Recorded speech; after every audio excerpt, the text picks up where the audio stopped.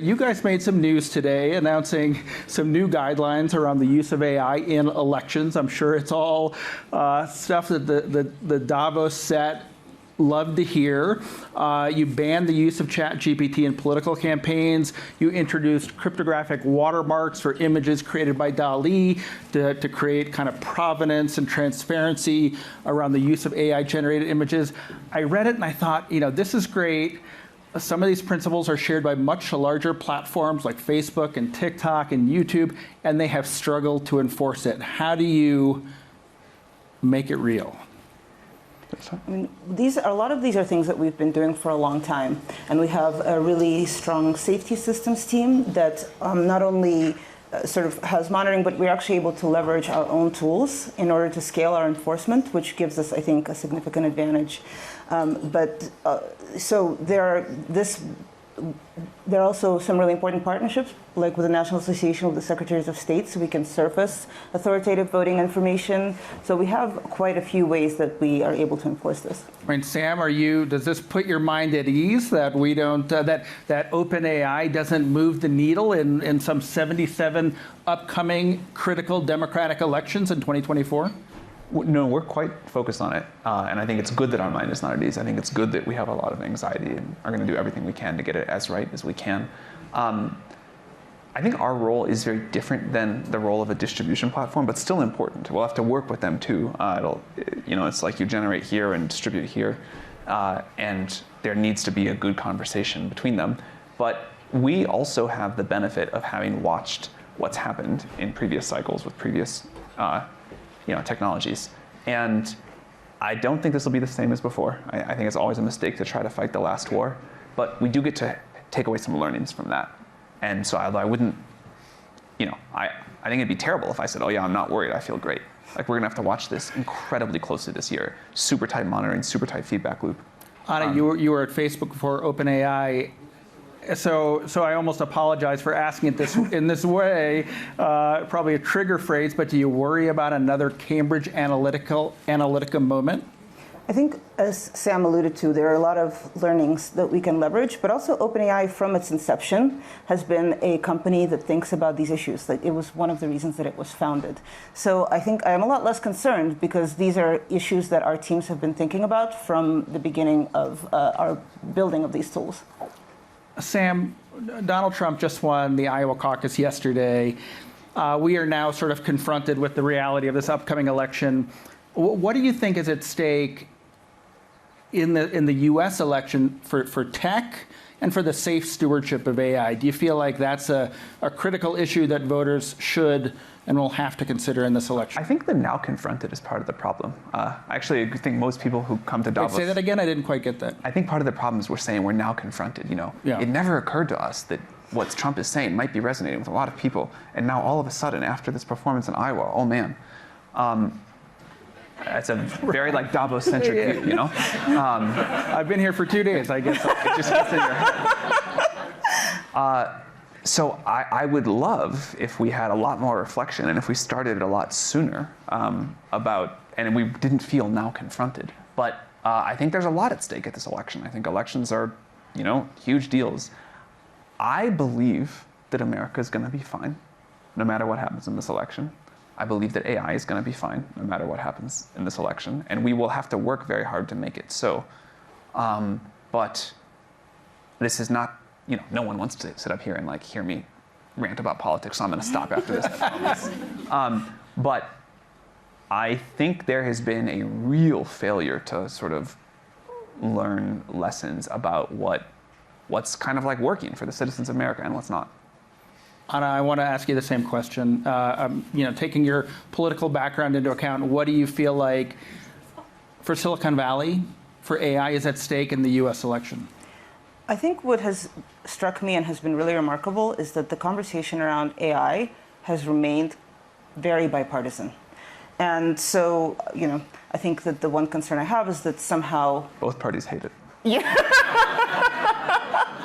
No, but this is like an area where Republicans tend to, of course, have an approach where they are not as in favor of regulation. But on this, I think there's agreement on both parties that they believe that something is needed on this technology. Senator Schumer has this bipartisan effort that he's running with his Republican counterparts. Again, when we speak to people in D.C. on both sides of the aisle, for now, it seems like they're on the same page. And do you feel like all the existing campaigns are equally articulate about the issues relating to AI? I don't know that AI has really been a campaign issue to date. So it will be interesting to see how that evolves. If we're right about what's going to happen here, this is like bigger than just a technological revolution in some sense. I mean, sort of like all technological revolutions or societal revolutions. But this one feels like it can be much more of that than usual. And so it is going to become a social issue, a political issue. Mm-hmm. It already has in some ways. But I think it is strange to both of us that it's not more of that already. But with what we expect to happen this year, not with the election, but just with the increase in the capabilities of the products, and as people really catch up with what's going to happen, what is happening, what's already happened, there's like a lot of inertia always in society. Well, I mean, there are political figures in the U.S. and around the world, like Donald Trump, who have successfully tapped into a feeling of dislocation, anger of the working class, the feeling of exacerbating inequality or technology leaving people behind. Is there the danger that AI furthers those trends? Yes, for sure. I think that's something to think about. But one of the things that surprised us very pleasantly on the upside, because when you start building a technology, you start doing research, you kind of say, well, we'll follow where the science leads us, and then when you put a product, you'll say this is going to co-evolve with society, and we'll follow where users lead us. But it's not. You get to steer it, but only somewhat. There's some which is just like, this is what the technology can do, this is how people want to use it, and this is what it's capable of. And this has been much more of a tool than I think we expected. It is not yet, and again, in the future it'll get better, but it's not yet like replacing jobs in the way, or to the degree that people thought it was going to. It is this incredible tool for productivity. And you can see people magnifying what they can do by a factor of 2 or 5, or in some way that doesn't even make sense to talk about a number because they just couldn't do the things at all before. And that is, I think, quite exciting. This new vision of the future that we didn't really see when we started. We kind of didn't know how it was going to go, and very thankful the technology did go in this direction. But where this is a tool that magnifies what humans do, lets people do their jobs better, lets the AI do parts of jobs, and of course jobs will change, and of course some jobs will totally go away. But the human drives are so strong, and the sort of way that society works is so strong, that I think, and I can't believe I'm saying this because it would have sounded like an ungrammatical sentence to me at some point, but I think AGI will get developed in the reasonably close-ish future, and it'll change the world much less than we all think. It'll change jobs much less than we all think. And again, that sounds, I may be wrong again now, but that wouldn't have even compiled for me as a sentence at some point, given my conception then of how AGI was going to go. As you've watched the technology develop, have you both changed your views on how significant the job dislocation and disruption will be as AGI comes into focus? So this is actually an area that we have a policy research team that studies this, and they've seen pretty significant impact in terms of changing the way people do jobs rather than job dislocation. And I think that's actually going to accelerate in that it's going to change more people's jobs. But as Sam said, so far it hasn't been the significant replacement of jobs. You hear a coder say, okay, I'm like 2 times more productive, 3 times more productive, whatever, than they used to be. And I can never code again without this tool. You mostly hear that from the younger ones, but it turns out, and I think this will be true for a lot of industries, the world just needs a lot more code than we have people to write right now. And so it's not like we run out of demand, it's that people can just do more. Expectations go up, but ability goes up too. Demand goes up. I want to ask you about another news report today that suggested that OpenAI was relaxing its restrictions around the use of AI in military projects and developing weapons. Can you say more about that? And what work are you doing with the U.S. Department of Defense and other military agencies? So a lot of these policies were written before we even knew what these people would use our tools for. So this was not actually just the adjustment of the military use case policies, but across the board to make it more clear so that people understand what is possible and what is not possible. But specifically on this area, we actually still prohibit the development of weapons, the destruction of property, harm to individuals. But for example, we've been doing work with the Department of Defense on cybersecurity tools for open source software that secures critical infrastructure. We've been exploring whether it can assist with veteran suicide. And because we previously had what essentially was a blanket prohibition on military, many people felt like that would have prohibited any of these use cases, which we think are very much aligned with what we want to see in the world. Has the U.S. government asked you to restrict the level of cooperation with militaries in other countries? They haven't asked us, but we certainly are not, right for now, actually, our discussions are focused on United States national security agencies. And, I think we have always believed that democracies need to be in the lead on this technology. Sam, changing topics, give us an update on the GPT store. And are you seeing, maybe probably explain it briefly, and are you seeing the same kind of explosion of creativity we saw in the early days of the mobile app stores? Yeah, the same level of creativity and the same level of crap. But that happens in the early days as people feel out a technology. There's some incredible stuff in there too. Give us an example. The GPTs, should I say what GPTs are first? Yeah, sure. So GPTs are a way to do a very lightweight customization of ChatGPT.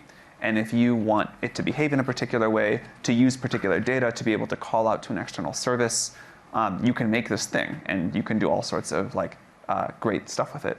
And then we just recently launched a store where you can see what other people have built and you can share it. And personally, one that I have loved is All Trails. I have this every other weekend, I would like to go for a long hike. And there's always the version of Netflix that other people have where it's takes an hour to figure out what to watch. It takes me 2 hours to figure out what hike to do. And the All Trails thing to say, I want this, I want that. I've already done this one and here's a great hike. It sounds silly, but I love that one. Have you added any GPTs of your own? Have I made any? Yeah. I have not put any in the store. Maybe I will. Great. Can you give us an update on the volume or the pace at which you're seeing new GPTs? The number I know is that there have been 3 million created before we launched the store. I have been in the middle of this trip around the world that has been quite hectic, and I have not been doing my normal daily metrics tracking. So I don't know how it's gone since launch. But I'll tell you, by the slowness of ChatGPT, it's probably doing really well. I want to ask you about OpenAI's copyright issues. How important are publisher relations to OpenAI's business, considering, for example, the lawsuit last month filed against OpenAI by the New York Times? They are important, but not for the reason people think.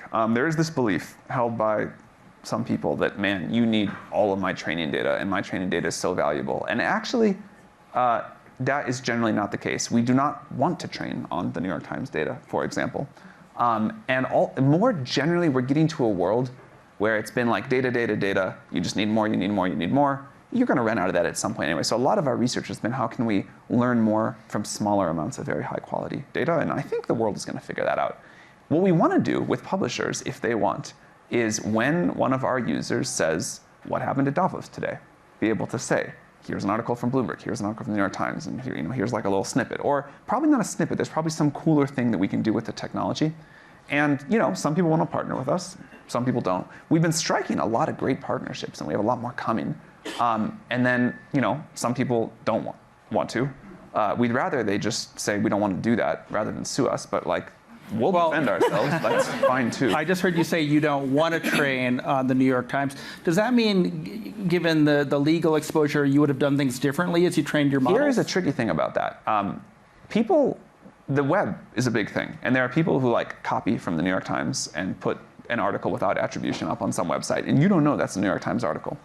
If the New York Times wants to give us a database of all their articles, or someone else does, and say, hey, don't put anything out that's a match for this, we can probably do a pretty good job.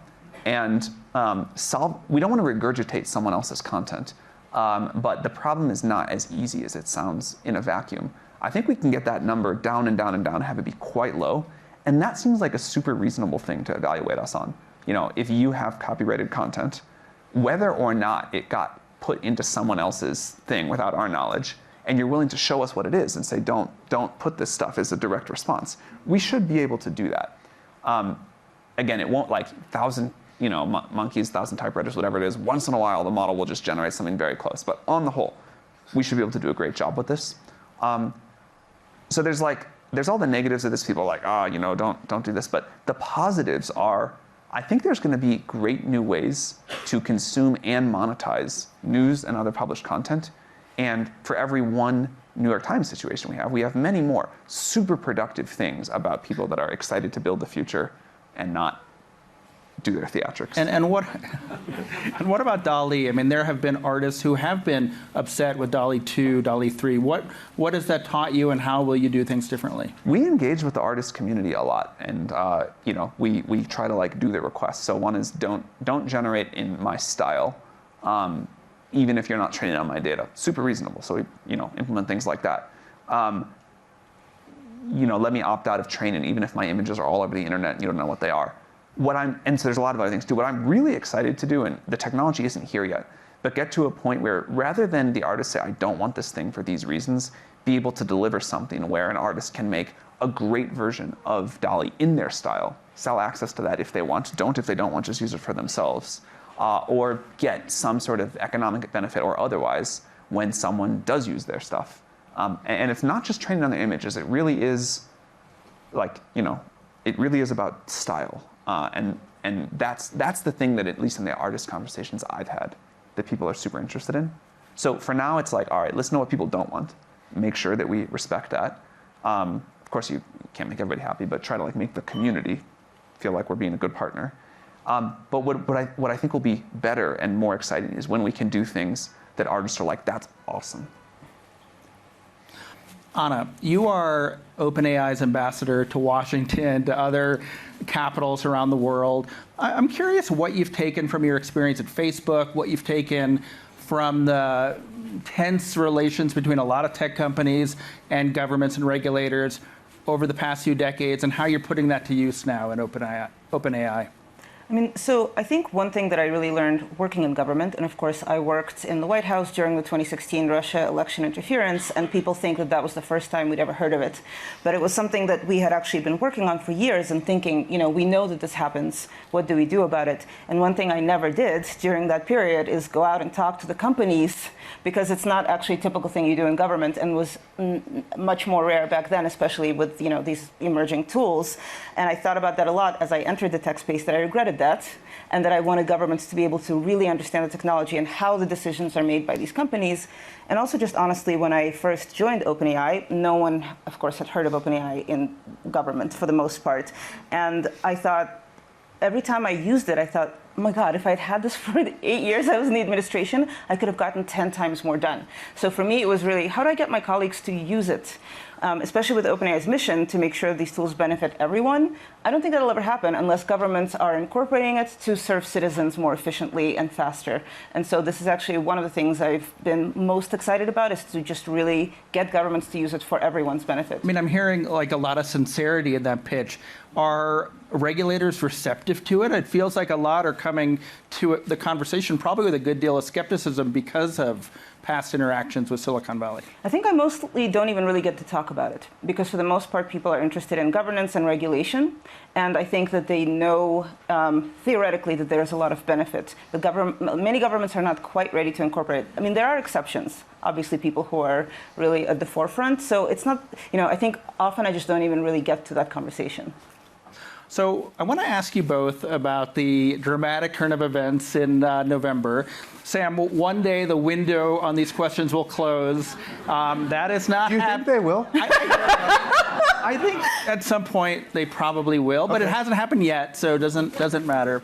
I guess my question is have you addressed the governance issues, the very unique corporate structure at OpenAI with the nonprofit board and the cap profit arm that led to your ouster? We're going to focus first on putting a great full board in place. I expect us to make a lot of progress on that in the coming months. And then after that, the new board will take a look at the governance structure. But I think we debated both. What does that mean? Should OpenAI be a traditional Silicon Valley for-profit company? We will never be a traditional company, but the structure, I think we should take a look at the structure. Maybe the answer we have now is right, but I think we should be willing to consider other things, but I think this is not the time for it, and the focus on the board first. And then we'll go look at it from all angles. I mean, presumably you have investors, including Microsoft, including your venture capital supporters, your employees, who over the long term are seeking a return on their investment. I think one of the things that's difficult to express about OpenAI is the degree to which our team and the people around us, investors, Microsoft, whatever, are committed to this mission. In the middle of that crazy few days, at one point, I think like 97, something like that, 98% of the company signed a letter saying, you know, we're all going to resign and go do something else. And that would have torched everyone's equity. And for a lot of our employees, like this is all or the great majority of their wealth. And people being willing to go do that, I think is quite unusual. Our investors who also were about to like watch their stakes go to zero, which is like, how can we support you and whatever is best for the mission, Microsoft too. I feel very, very fortunate about that. Of course, also would like to make all of our shareholders a bunch of money, but it was very clear to me what people's priorities were, and that meant a lot. I sort of smiled because you came to the Bloomberg Tech Conference in last June, and Emily Chang asked, it was something along the lines of, why should we trust you? And you very candidly says, you shouldn't. And you said the board should be able to fire me if they want. And of course, then they did, and you quite adeptly orchestrated your return. Actually, let me tell you something. The board did that. I was like, I think this is wild, super confused, super caught off guard, but this is the structure. And I immediately just went to go thinking about what I was going to do next. It was not until some board members called me the next morning that I even thought about really coming back. When they asked, I'd like, you want to come back? You want to talk about that? But like, the board did have all of the power there. Now, you know what? I'm not going to say that next thing. But I think you should continue. I would also just say that I think that there's a lot of narratives out there. It's like, oh, well, this was orchestrated by all these other forces. It's not accurate. I mean, it was the employees of OpenAI that wanted this and that thought that it was the right thing for Sam to be back. The thing I'll say is, I think it's important that I have an entity that can fire this, but that entity has got to have some accountability too. And that is a clear issue with what happened. Right. Anna, you wrote a remarkable letter to employees during the saga, and one of the many reasons I was excited to have you on stage today was to just ask you, what were those 5 days like for you, and why did you step up and write that? Anna can clearly answer this if she wants to, but is really what you want to spend our time on, the soap opera, rather than what AGI is going to do? I mean, I'm wrapping it up, but go ahead. I think people are interested. Okay, all right. Well, we can leave it here. If you want, let's answer that question, and then we can move on. I would just say, for color, that it happened the day before the entire company was supposed to take a week off. So we were all on Friday preparing to, have a restful week after an insane year. So then, many of us slept on the floor of the office for a week. Right.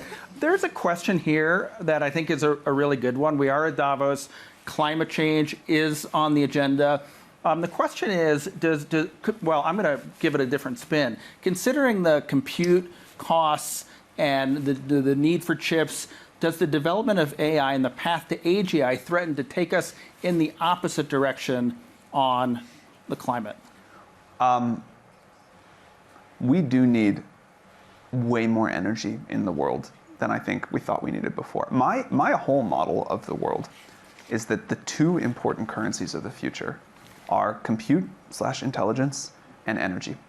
The ideas that we want and the ability to make stuff happen, and the ability to run the compute. And I think we still don't appreciate the energy needs of this technology. The good news, to the degree there's good news, is there's no way to get there without a breakthrough. We need fusion, or we need radically cheaper solar plus storage or something at massive scale, a scale that no one is really planning for. It's totally fair to say that AI is going to need a lot of energy, but it will force us, I think, to invest more in the technologies that can deliver this, none of which are the ones that are burning the carbon. That'll be all those unbelievable number of fuel trucks. And by the way, you back all the private jets there. One or more nuclear startups. I personally think that is either the most likely or the second most likely approach You the power feel of like the the world is more receptive to that technology? Now, certainly, historically, not in the U.S. I think the world is still, unfortunately, pretty negative on fission, super positive on fusion. It's a much easier story. But I wish the world would embrace fission much more. I may be too optimistic about this, but I think we have paths now to a massive energy transition away from burning carbon. It'll take a while. Those cars are going to keep driving. There's all of the transport stuff. It'll be a while till there's like a fusion reactor in every cargo ship. But if we can drop the cost of energy as dramatically as I hope we can, then the math on carbon capture just so changes. I still expect, unfortunately, the world is on a path where we're going to have to do something dramatic with climate, like geoengineering as a band-aid, as a stopgap. But I think we do now see a path to the long-term solution. So I want to just go back to my question. In terms of moving in the opposite direction, it sounds like the answer is potentially yes on the demand side, unless we take drastic action on the supply side. But there is no, I see no way to supply this to manage the supply side without a really big breakthrough. Right. Does this frighten you guys? Because the world hasn't been that versatile when it comes to supply, but AI, as you have pointed out, it's not going to take its time until we start generating enough power. It motivates us to go invest more in fusion and invest more in new storage, and not only the technology, but what it's going to take to deliver this at the scale that AI needs and that the whole globe needs. So I think it would be not helpful for us to just sit there and be nervous. We're just like, hey, we see what's coming. With very high conviction it's coming. How can we use our abilities, our capital, our whatever else to do this? And in the process of that, hopefully deliver a solution for the rest of the world, not just AI training workloads or inference workloads. Anna, it felt like in 2023 we had the beginning of a almost hypothetical conversation about regulating AI. What should we expect in 2024? And do governments act? Does it become real? And what does AI safety look like? So I think it is becoming real. The EU is on the cusp of actually finalizing this regulation, which is going to be quite extensive. And the Biden administration wrote the longest executive order, I think, in the history of executive orders covering this technology, and it's being implemented in 2024 because they gave agencies, a bunch of homework for how to implement this and govern this technology, and it's happening. So I think it is really moving forward. But what exactly safety looks like, of what it even is, I think this is still a conversation we haven't bottomed out on. We founded this Frontier Model Forum in part. Yeah, maybe explain what that is. So this is, for now, this is Microsoft, OpenAI, Anthropic, and Google. But it will, I think, expand to other frontier labs. But really, right now, all of us are working on safety. We all red team our models. We all do a lot of this work, but we really don't have even a common vocabulary.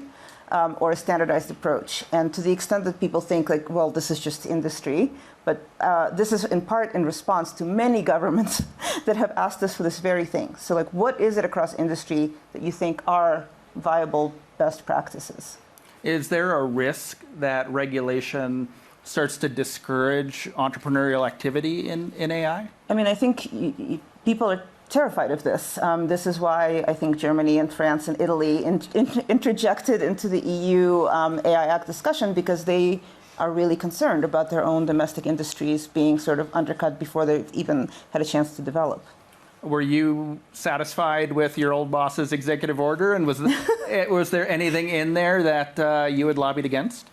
No, and in fact, I think it was really good in that it wasn't just these are the restrictions. It's and then also please go and think about how your agency will actually leverage this to do your work better. So I was really encouraged that they actually did have a balanced approach. Sam, first time at Davos? First time. Okay, you mentioned that you would prefer to spend more of our time here on stage talking about AGI. What is the message you're bringing to political leaders and other business leaders here, if you could distill it? Thank you. So I think 2023 was a year where the world woke up to the possibility of these systems becoming increasingly capable and increasingly general. But GPT-4, I think, is best understood as a preview. And it was more over the bar than we expected of utility for more people in more ways. But, you know, it's easy to point out the limitations. And again, we're thrilled that people love it and use it as much as they do. But progress here is not linear. And this is the thing that I think is really tricky. Humans have horrible intuition for exponentials, at least speaking for myself, but it seems like a common part of the human condition. What does it mean if GPT-5 is as much better than GPT-4 as 4 was to 3 and 6 is to 5? And what does it mean if we're just on this trajectory now? You know, on the question of regulation, I think it's great that different countries are going to try different things. Some countries will probably ban AI. Some countries will probably say no guardrails at all. Both of those, I think, will turn out to be suboptimal, and we'll get to see different things work. But as these systems become more powerful, as they become more deeply integrated into the economy, as they become something we all use to do our work, and then as things beyond that happen, as they become capable of discovering new scientific knowledge for humanity, even as they become capable of doing AI research at some point, the world is going to change more slowly and then more quickly than we might imagine, but the world is going to change. This is, you know, a thing I always say to people is no one knows what happens next, and I really believe that, and I think keeping the humility about that is really important. You can see a few steps in front of you, but not too many. But when the cost of cognition falls by a factor of 1,000 or 1,000,000, when the capability of it becomes it augments us in ways we can't even imagine. You know, like one example I try to give to people is, what if everybody in the world had a really competent company of 10,000 great virtual employees, experts in every area? They never fought with each other. They didn't need to rest. They got really smart. They got smarter at this rapid pace. What would we be able to create for each other? What would that do to the world that we experience? And the answer is none of us know, of course. And none of us have any strong intuitions for that. I can imagine it sort of, but it's not like a clear picture. And this is going to happen. It doesn't mean we don't get to steer it. It doesn't mean we don't get to work really hard to make it safe and to do it in a responsible way. But we are going to go to the future. And I think the best way to get there in a way that works is the level of engagement we now have. A big part of the reason we believe in iterative deployment of our technology is that people need time to gradually get used to it, to understand it. We need time to make mistakes while the stakes are low. Governments need time to make some policy mistakes. And also technology and society have to co-evolve in a case like this. So technology is going to change with each iteration, but so is the way society works. And that's got to be this interactive, iterative process. And we need to embrace it, but have caution without fear. And how long do we have for this iterative process to play? I think it's surprisingly continuous. If I try to think about discontinuities, I can sort of see one when AI can do really good AI research. And I can see a few others too, but that's like an evocative example.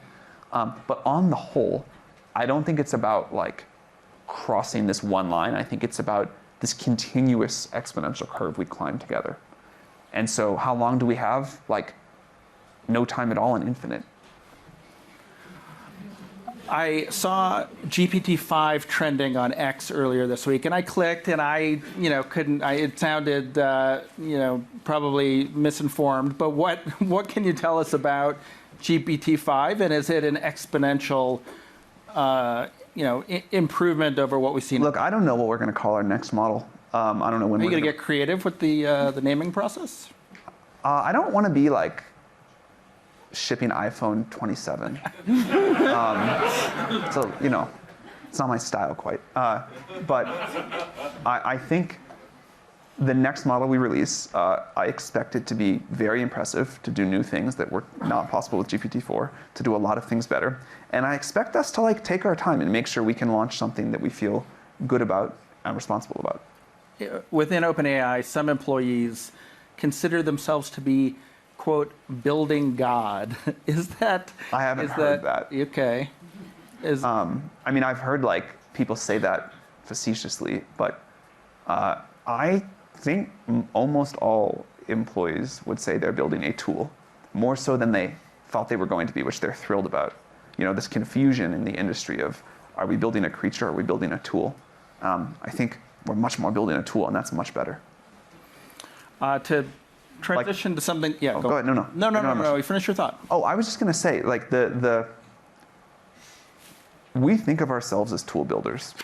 AI is much more of a tool than a product, and much, much more of a tool than this like entity. And one of the most wonderful things about last year was seeing just how much people around the world could do with that tool. I mean, they astonished us, and I think we'll just see more and more. And human creativity and ability to like do more with better tools is remarkable. And before we have to start wrapping up, you know, there was a report that you were working with Johnny Ive on an AI-powered device, either within OpenAI, perhaps as a separate company. You know, I bring it up because CES was earlier this month, and AI-powered devices were the talk of the conference. You know, can you give us an update on that? And does AI bring us to the beginning of the end of the smartphone era? Smartphones are fantastic. I don't think smartphones are going anywhere. I think what they do really, really well, and they're very general. If there is a new thing to make, I don't think it replaces a smartphone in the way that I don't think smartphones replace computers.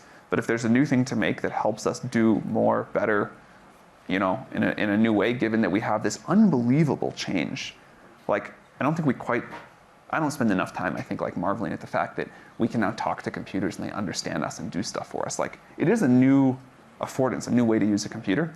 And if we can do something great there, a new kind of computer, we should do that.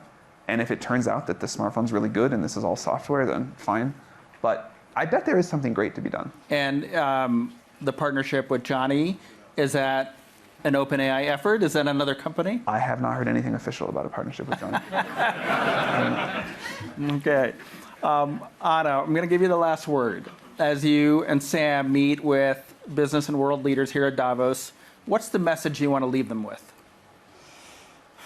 I think that there is a trend where people feel more fear than excitement about this technology. And I understand that we have to work very hard to make sure that the best version of this technology is realized. But I do think that many people are engaging with this via the leaders here, and that they really have a responsibility to make sure that they are sending a balanced message so that people can really actually engage with it and realize the benefit of this technology. Can I add 20 seconds? Absolutely. One of the things that I think OpenAI has not always done right, and the field hasn't either, is find a way to build these tools in a way and also talk about them that don't get that kind of response. I think ChatGPT, one of the best things it did is it shifted the conversation to the positive, not because we said, trust us, it'll be great, but because people used it and are like, oh, I get this. I use this in a very natural way. The smartphone was cool because I didn't even have to use a keyboard and phone. I could use it more naturally. Talking's even more natural. Speaking of Johnny is a genius. And one of the things that I think he has done again and again about computers is figuring out a way to make them very human compatible. And I think that's super important with this technology, making this feel like, not this mystical thing from sci-fi, not this scary thing from sci-fi, but this new way to use a computer that you love and that really feels like, I still remember the first iMac I got and what that felt like to me relative to any computer. Heavy. It was heavy, but the fact that it had that handle, even though as like a kid it was very heavy to carry, it did mean that I was like, I had a different relationship with it because of that handle and because of the way it looked. I was like, oh, I can move this thing around. I could unplug it and throw it out the window if it tried to like wake up and take over. That's nice. And I think the way we design our technology and our products really does matter.